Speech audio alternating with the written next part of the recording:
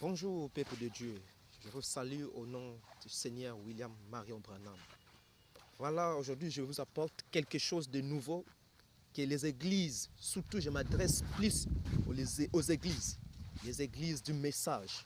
Les églises du message, c'est à eux que je m'adresse plus parce que il y a des choses qui se font aujourd'hui. Il y a des choses qui se font aujourd'hui, mais le croyant n'arrive pas à comprendre ce qui se passe aujourd'hui. Le croyant n'arrive pas à comprendre. Voilà, aujourd'hui, je m'adresse plus aux églises de message, le tabernacle du message William Branham, du message. Le pasteur, aujourd'hui, il prêche la manne pourrie. Aujourd'hui, le pasteur ne veut pas dire la vérité, parce qu'ils savent que s'ils disent la vérité, les brebis vont fuir. L'argent ne sera plus là. Vraiment, je vous invite de partager plus et d'être attentif, d'écouter ce que le Seigneur Branham a dit, a annoncé. Sur la brochure, l'enlèvement prêché du 4 décembre 1965, paragraphe 58, il dit ceci.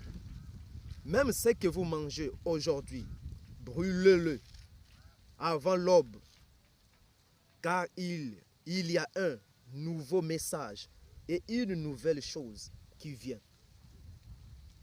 Il dit encore dans le sermon sur les ailes d'une colombe blanche, les ailes d'une colombe blanche comme neige de 1965, paragraphe 211. C'est comme cela, d'après la vision du chef indien, que viendra le prochain message.